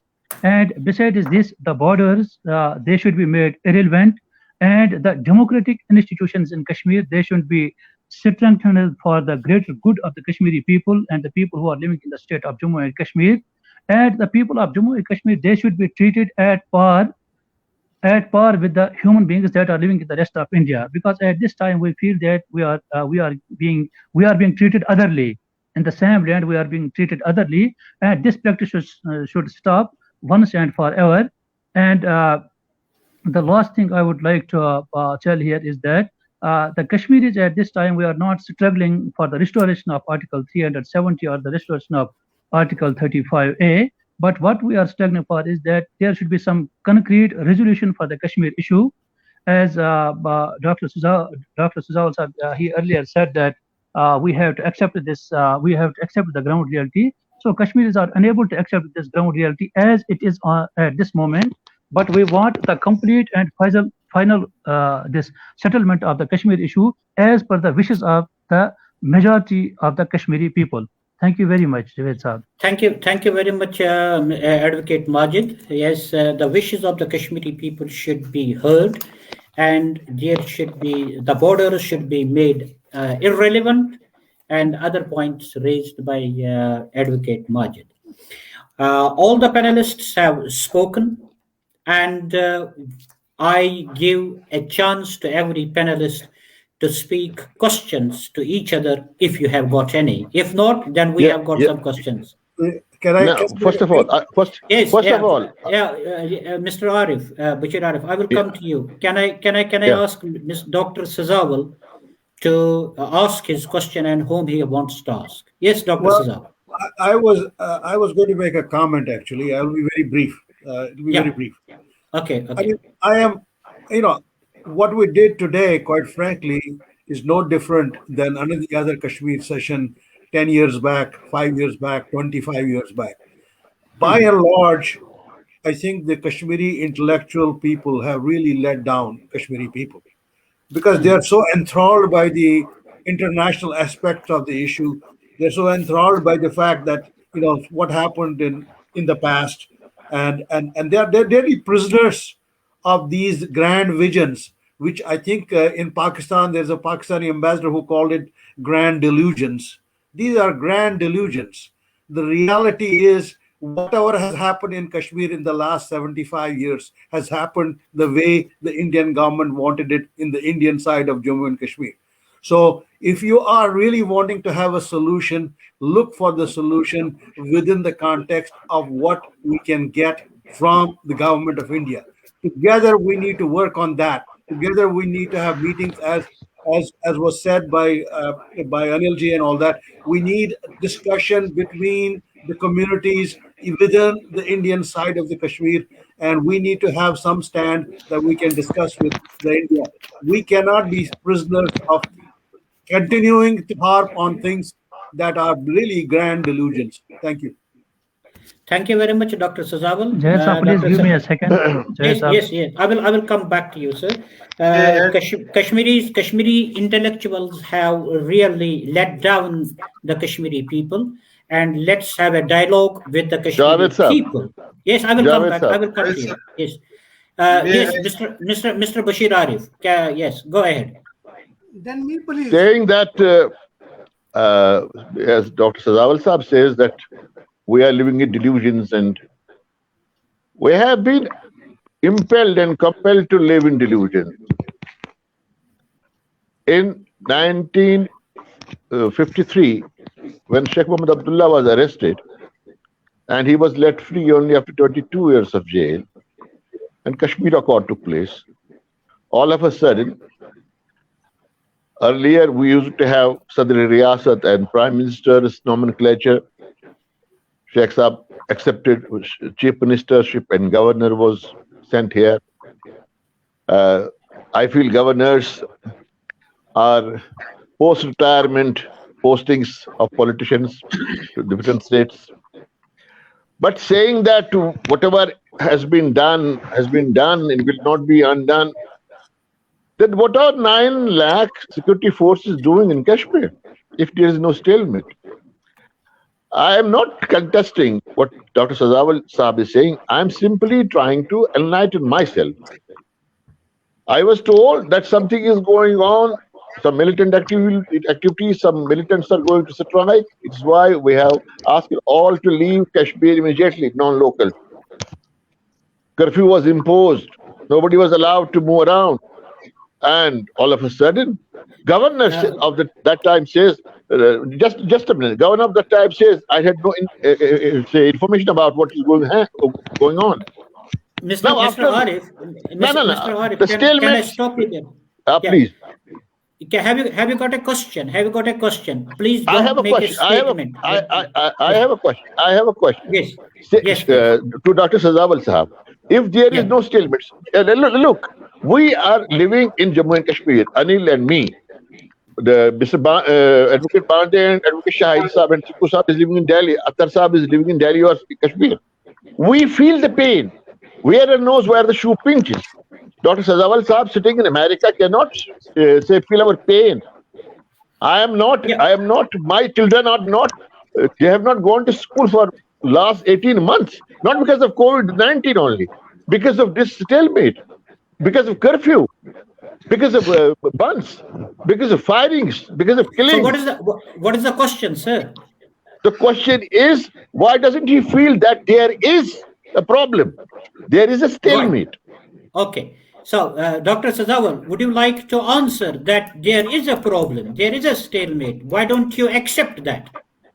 I think the issue is not a question of stalemate, which is always seen in terms of global terms, which is how I introduced the topic at the beginning when I said that there is no stalemate because, quite frankly, international players are of no use. They will not, at the end, decide what the Indian government and the Indian people, including the people of Jammu and Kashmir, will decide. I think we should stop talking about international aspects of the issue. If we have a stalemate right now, the stalemate is very complex. Kashmiri Pandits, in 1999, NHRC, the National Human Rights Commission, said what has happened to them is akin to genocide. So we have to talk about that also. We cannot simply say they are our brothers and we love them like brothers. That's not how it's going to be resolved. In 1996, even after the exodus, there were 18,000 Kashmiri Pandits in the valley. Today, there are less than 1,000. Has anybody really understood the pain even the local Kashmiri Pandits are feeling today, what their condition is right now? I think it is a sad state when we are all obsessed on what about me, and what about my feelings, and what about my family, when we don't really understand the global, in terms of the global means within your own valley, the situation with respect to various communities. I think Are community suffering? Yes, I will totally agree with that. But I don't think the stalemate is an issue. I think the issue is the dialogue between the community, recognizing that pain and then making a way forward. Thank you. Thank you very much. Javed sir, I would like Mr. 10 Mr. I would like 10 Mr. seconds. Mr. Arif, I will come back to you. I will Mr. I come will back have to 10 you. seconds. No, I will have 10 No, I want no, 10 no, seconds. no, no. There are other people waiting. I will come back to you, Mr. Arif. Just wait a second, I Mr. want to Athar. intervene. Mr. Athar, can you please? Yeah. Please, sir. I want to speak or just comment on the people who are talking about the cosmetics. We are Yes. not internationalizing because we know that during the Cold War and post-Cold War, there is a bloc which is supporting one country and another bloc is supporting another country. We are not, we know that international geopolitics will not allow the Kashmir problem to settle. But if I talk that government of India should revert back to the accession, that is 43, 1947 to this accession, or 1950 position, that is the constitution after this India was applied to this Jammu and Kashmir. Why it is not internationalization? Even we could call India to demilitarize the Kashmiri speaking majority area. So that is not internationalizing. Let us be human. Let us talk of human rights. Let us talk of the wishes of the people. Don't Thank just you. make cosmetics, because if you, that is the problem. It is the problem both with India, both with Pakistan and their supporters. You take it as a human problem. Let Thank you people be very much. asked what they want. They are Mr. satisfied with Javed, I India. want to. Javed sir. Thank you. Don't Thank you very much. compromise on Thank you very human much, issues. Mr. It is Athar. not Thank you very much, internationalization. It is Mr. humanization of Kashmir problem. Thank you. Mr. You, sir. Javed, I want to. I have a question to Mr. Sazwal. You have whom I'm Mr. G.N. Mr. Shaheen. Yes, Yes. Shaheen. Yes, Mr. Shaheen. Go ahead. What is the question? I contest the claim of Mr. Dr. Sazwal. Yep. What is in his perspective, Kashmir? He takes Kashmir as an internal problem of India. What is not the reality? The reality is that Kashmir is constituted of 5 regions: Gilgit, Baltistan, Kashmir Valley, Ladakh, and Jammu region. So once we address, then we have to address in its entirety. What Sazwal says, while putting that we have to take such measure that the withdrawal and abrogation of Article 370 is a way forward. It is a move backward. If it was a move forward, then government of India is stationing more than 1 million security forces in Kashmir. Every 8th person is followed by a gunman from India in Kashmir Valley at this time. We got your point, Mr. Shaheen. Is that that this is a misleading factor on his part, misleading narratives on his part in Washington, that this article abrogation of Article 370 is a way forward. It is not a way forward. He wants that we should expect something from government of India. We got your point. We got your point, and let me take Mr. Anil. Have you got any question? Mr. Anil, can you hear me? He has to unmute. Yes, Mr. Anil. Yes. Can I ask? You are asking me? Yes, Mr. Anil. Have you got any question or any Yeah, I have comment? question. Very No, brief. I have a very pointed question to all the other panelists. I'm asking the question to all because I'm the only person who doesn't belong to Kashmir. My soul is in Kashmir, but I don't belong to Kashmir physically or otherwise. You can say I'm a Dogra. I'm from Jammu. Since the question was around Kashmir, But you are a citizen of the Jammu and Kashmir. I am a proud citizen of Jammu and Kashmir. Yes. My question to all these my fellow panelists is, what role do you see for Jammu in this entire looking forward for a solution or resolving the stalemate? I'm asking this question because Jammu has also borne the brunt in one way or the other. Jammu might not have suffered as much as the Kashmir. Jammu might not have suffered as much as the Kashmiri Pandits, but I need not explain how Jammu has suffered. So in that context, I ask, what role do you see for Jammu in this entire gamut of thing to resolve the stalemate? Got your question. got your question. And can I ask Mr. Athar to answer this question? What role he sees for the people of Jammu in order to get out of this stalemate? Mr. Athar, yes. Thanks. Mr. Anil Sahab, basically, Jammu has played a historical role in creation of the Jammu and Kashmir state.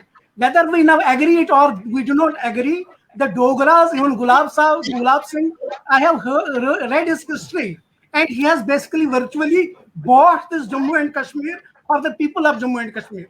So that is a fact. That is a historic But fact. That's a historic fact. At the present moment, the people of Jammu and Kashmir, Jammu region especially, they have to decide whether we have to be integral part of Jammu and Kashmir state, or we want to secede from this state. So they have to be clear, because politically speaking, people Sorry, of I Kashmir, disagree with you. I disagree with you. are not at this time on the same page. Farooq Abdullah bringing the autonomy code, No. and then the Jammu people tearing it away. And same Thank is you. true about Article 370 and HARP. Thank you, Mr. Athar. Thank you, Mr. Athar. Yes, there is a disagreement between you and Mr. Anil, but the time doesn't allow. This is again a utopian idea. Yes, Now yes. we want to, just an I have a observation. que- Just an I have a observation. question for Okay. Dr. Jai Sahab. Sahab, Said I would like utopian to. idea. Just- I definitely, just I a will moment, come. just I a will moment, come back. Bashir Just a moment. Mr. Javed Arif, I will sir. come No, back. I just want I to will- add a small point. Yes, There is a yes, talk yes, of yes. Jammu declaration these days. After Gokar declaration, there is a talk of Jammu declaration going on these days. And why I said utopian ideas and clock can't be turned back. A very erudite professor who's prolific writer also, who's hung on to his ideology like anything. He wrote an article and he suggested not to be part of Jammu declaration only if you demand Jammu of 1846. So that I is will what come I am back to you. saying. I have. I will Javed come sir. back to you, Mr. Anand. I will come back to you.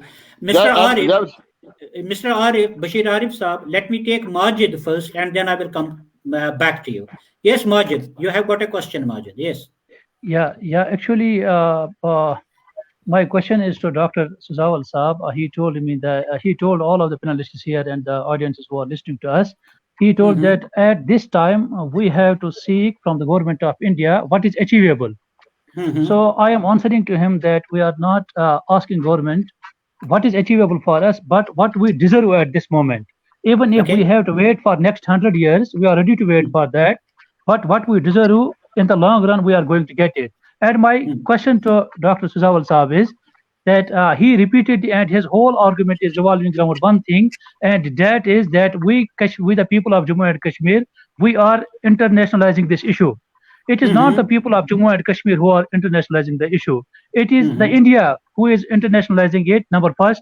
And our learned panelist, J.N. Shaheen Saab, he rightly said it, that it is not only the problem of the Kashmir province. The Jammu is also included in it. Ladakh is included in it. Gilgit-Baltistan, and the Pakistan administered Kashmir, that's a part of this problem as well. So when we have different parts that are scattered in different countries, it automatically becomes an international issue. Thank you very much. Thank you very much for making your point. Yes, Mr. Arif, 30 seconds, please. Mr. Arif, 30 seconds. Dr. Sazawal Saab, I will raise one point, and I will raise another point regarding Jammu. First, Dr. Sazawal Saab said the genocide of Kashmiri Pandits. I don't think we can call it genocide. Exodus was there, and thousands and lakhs of Hindus fled the valley due to certain, impulsions. And I'm quoting the NHRC. Okay, please let me complete. Please, I did not interfere when you were speaking. No, I'm just saying. What about Kuran Poshpora? What about Gav Kadal massacre? What about bypass massacre? What about Maulana Farooq's funeral procession? Maulana Farooq's dead body bore 120 bullet marks after his body was being carried for burial. What about that massacre? What about the massacre of Sopor massacre? What about Bijbera massacre, where hundreds of people were killed? We are not talking. If we are going to talk about these things, killings, we are not going to reach anywhere. Number two, Genocide, there was no genocide of Kashmiri Hindus. There were killings, there were innocent killings, we agree. We are ashamed of those killings. But at the same time, what about Jalil Indrabi, who was killed in cold blood? He was killed in captivity for being a human rights activist. What about those people? What about those who are disappeared, who have been killed under detention? But we are not going to. If we are discussing that, we are losing the narrative. My dear friend Anil said Jammu. Jammu is not only Jammu city or Jammu district. It is Chenab Valley. It is Rajouri. It is Poonch. There are other areas. We are equally attached to Jammu as we are attached to Kashmir. As Advocate Shaheen have said, we are not internationalizing. The narrative has internationalized it. Pakistan, China, India, all have internationalized it. Right, Mr. Arif. Thank you. Thanks very much, Mr. Thanks very much, Mr. Arif. Can I offer a few comments back since they've been referring? Mr. Sajawal, just 30 seconds, please. After 30 seconds, I'm not going to equate one pain. Mr. Javed, before Mr. Javed, before Sajawal will start, I will suggest one small step towards the community dialogue for our inter-community to address what we have grievances against. Let Truth and Reconciliation Commission be constituted in Jammu and Kashmir. Let Sajwal be part of it, I be part of it. We will go deep into the grievances of the community. Suggestion taken. Yes, Dr. Sajwal. I'll be brief. I mean, my point is this. My point is that we cannot equate one pain with the other pain. I mean, the point was not that. The point was you cannot simply ignore it. You cannot ignore it. And I'm not ignoring any Kashmiri Muslim's death, no matter how it happened. And I don't think we should be downgrading or ignoring what has happened to Kashmiri Pandits. That was my point there. The second point is, I think Mr. Majid Bande said, well, I can go on for 100 years if I have to get what I want. Well, I mean, if that is the idea, if that is the plan forward, that let's keep the miseries going while we get this solution on the international level in 100 years, then obviously we are in a wrong meeting. I think the idea of this meeting is to understand that at the end of the day, in last 75 years is a marker. In last 75 years in Kashmir, Jammu and Kashmir, I'm sorry, not Kashmir only, but Jammu and Kashmir, whatever has happened by the wishes of the government of India and the people in the state. And that's where our solution lies. So whether we want to do and get into grand delusions, that's one thing. But if we want to move forward and look for a way forward, then we got to focus within the communities that are living on our side of the Kashmir. Even as Pakistan is provincializing Gilgit-Baltistan and fully incorporating it as part of their union, and that's going on as we discuss here all the global delusion here. Thank you. Yes. Yes, Mr. Tiku, 30 seconds, please. Yeah, I was just. Yes, sorry. Mr. Tiku. Yes, 30 seconds. I will be very brief, as I have been in my opening remarks also. I want to address my one small question to Advocate Majid Bande Sahab. That there was his whole statement was about the atrocities, and then post 5th August, post abrogation of Article 370. Okay. Now, okay, everybody has his own opinions. My question is to Bande Sahab, that okay, you are ready to wait for 100 years. It seems a very old statement coming from somewhere from our neighboring country, that 1,000-year war or something. What are your views on the movement that is going on in Gilgit presently, which is under the Pakistani rule and a part of J&K? What do you have to say, one, about them, and secondly, kindly mention anything about Kashmiri Pandits also, because they are also party to this issue. Thank you. Majid Bande, very briefly, please. Very briefly. Yeah, actually, Javed Sahab, in my earlier discussion, I had a point for the Kashmiri Pandits, but unfortunately, the time was running, so I was cut short by you at that time. So I will briefly answer the questions of the Chukku Saab. The number first is that the Gilgit-Baltistan, that's a part of the Pakistan administered Kashmir, we can say at this time. And I do not want to go into the internal matters of the Pakistan at this time because I don't have mandate for that, and I am not living in that territory at this time. But if the people of Gilgit-Baltistan, they have some genuine grievances with the Pakistani establishment, so they should be addressed at an earliest. And regarding his second part, that I should be talking about the Kashmiri Pandits. So I have a straight question for Mr. Tiku Saab. So whenever we say that there is the killings are going on in Kashmir, the Muslims have been massacred here. So they always bring in the question of the Kashmiri Pandits. So from our elders, we have since I am 40 years old at this time. So when our Kashmiri Pandit brothers they left Kashmir, I was only 9 years old at that time. And from the last 30 years, I have been listening from my elders, from my parents, that how good, educated, and the people-friendly people these Kashmiri Pandits were, and we have lost a part of our body when we have lost the Kashmiri Pandits. But I have a straight question for Tiku Saab, Dr. Sazawal Saab. Why do they always ask for us to be apologetic on this issue? Why don't they? Why are they not apologetic? Why did they left us at the mercy of the government at that time? And we were 100,000 Kashmiri Muslims were massacred by 900,000 Bhoots that are still in Kashmir. So we apologize for them, whatever was done to them. We apologize to them, and on the same terms, they have to apologize to the Kashmiri Muslim brethren that whatever was done to us from the last 30 years, they have to apologize for the same. Thank you very much. Thank you very much, Mr. Majid. Thank you very much.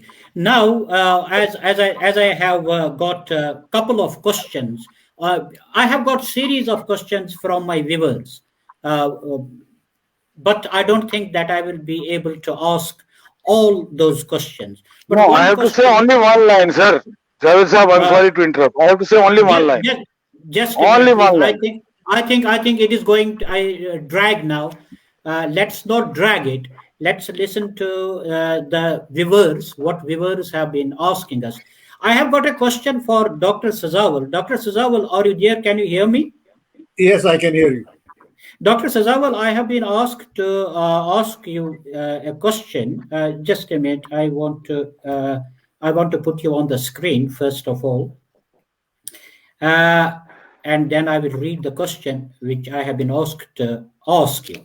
The question is, what do you think about what PM Modi said in an interaction with ex-president of USA? Removal of special status of J&K is an internal matter of Indian constitution. Kashmir issue could be resolved bilaterally. What is your comment? Well, I think that's a comment which is appropriate. At the end of the day, we are talking about an article of the Indian Constitution. It is a test of sovereignty. That, in fact, indeed, it's a question that involves the Indian people. I mean, there was a comment made here. It's a BJP thing. I don't see it. I see BJP as having been obviously the invested party that started it. But we can't forget that Rajya Sabha, there is not a majority for BJP. BJP does not have a majority in Rajya Sabha. And remember, even today, when the delegation from Delhi was there in Srinagar, it was not headed by BJP. It was headed actually by LJP, and a Dalit by the name of Chirag Paswan was heading the delegation. And he also said it's a national decision. It's a decision on article removal of 13370 is a national issue.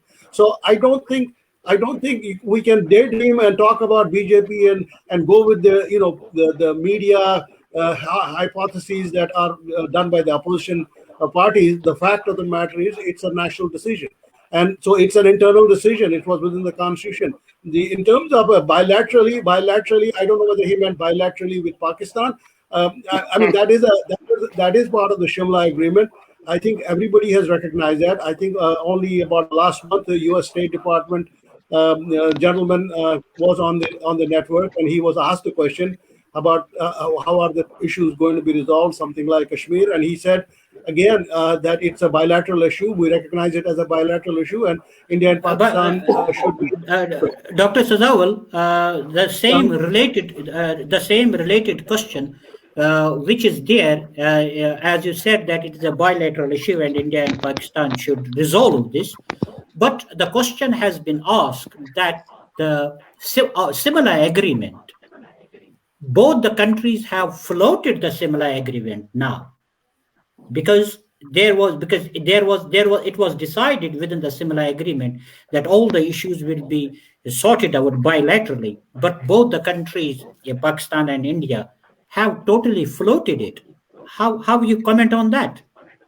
Well, I mean, again, I mean, I hate to go through the history, but every time there has been a dialogue initiated between India and Pakistan, there has been a major terrorist attack in India, whether it is at the Indian Parliament or whether it is Uri or whether it is in Kargil or whether whether it has happened in the valley. I mean, there's a historical fact that every time there has been a movement towards the bilateral discussions, something got messed up. Fortunately, I think in the latest round, which started only a few weeks back, Pakistani military is taking the initiative, and so there may be actually a better possibility that the bilateral dialogue that has already started behind the scenes and will probably at some stage go in front of the scene has a better chance of I think better chance of survivability, and perhaps it will not create the same kind of problems that the Kargil and Uri and Indian Parliament and Mumbai hotel massacre did when the last time they started talking bilaterally. Thank you very much. I have a question for Anil Anand. Mr. Anil Anand, can you hear me? Yes, can I you can. Hear me, Mr. Yes, I Mr. can. Anil, I have been asked to ask you a question as a journalist. I have it that for a way forward for Kashmir, a way forward, don't you think as the first step should be to change the present situation in Kashmir, to restore fundamental rights, the removal of laws under which people have been kept, people are being detained, and distrust should be removed, political space should be given, and release of prisoners, all these things.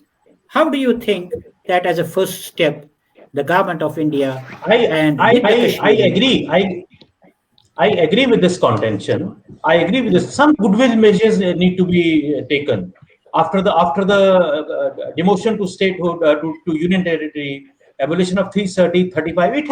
It has some sentimentality in Jammu and Kashmir. Even in certain areas of Jammu also, it has some sentimentality.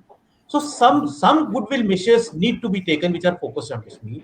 Some measures need to be taken which bring confidence among the people of Jammu for various other reasons. So Right. I fully agree with that. Certain initiatives should come from the government to create which I may call as goodwill measures, which should be taken. Thank you very much. I have a Last, small I have a small yes, clarification. Bashir yes, Arif yes. Saab said that when he said Jammu, he just misquoted me by saying Jammu. He talked about Jammu district and two districts. I never meant that. For me, Jammu is the entire Jammu province. Whatever be the nomenclature, Chenab Valley or Pir Panjal Valley, Jammu remains one, the province. The Right, Khitta. right, The right, Khitta. right, right, Yes. right, sir. Okay. He must clear his mind. The last question again to Dr. Sazawal. Dr. Sazawal, the last question is being asked that there are lots of questions, but I don't have that much of time. The question which is specifically I have been asked to ask you, it is Mr. Surender Nath from Delhi. He has asked this question. After 5th August, Indian Minister Rajnath Singh and Amit Shah, the Defense Minister and the Home Minister, talked several times to get POK vacated and integrated with India. Imran Khan, in reaction, said, no talks with India till the decision of 5th August is revoked. Do you think that these kind of utternesses could stand in the way of forward movement and need to be stopped completely to create an environment for forward movement. Yes, sir. I think people have to understand this. These are typical geopolitical negotiating stands. If people don't know, but last week there was a discussion between China and United States in Alaska, Anchorage, Alaska. You have to see the rancor, the anger, the frustration, the shouting that took place in that agreement, that meeting, and it's part of the game. It's part of the negotiating positions on both sides. The fact is, the two parties are talking behind the scenes. That's a fact. The fact is, Prime Minister has just wished Imran Khan a speedy recovery. That's a fact. The fact is that not only has the ceasefire stopped, but we have the Jammu, our Director General Police has said there has been no infiltration ever since the in ceasefire line. So we are seeing a lot of activities on the ground that give credence to the fact that we are about to see another round of negotiations going on. And whatever has been said in public in the past is part of a negotiating position that is very normal, very diplomatic, and done internationally by all countries. Thank you very much, Dr. Sazawal. There were lots of questions to be asked, and the panelists could have gone in more well detailed discussion. But unfortunately, we don't have time for that much. I thank all of my panelists who have participated in today's discussion, and we hope that we will be taking these kind of discussions furthermore. I will be I will be calling you in my next programs very soon, and hope that our viewers have got something from this discussion to adhere to. So kind of you. So thank you very much to all my panelists, and hopefully see you again in another program. Thank you very much. Thank you. Thank you very much. Thanks a lot. Thank you. Thank you. You're welcome. Thank you.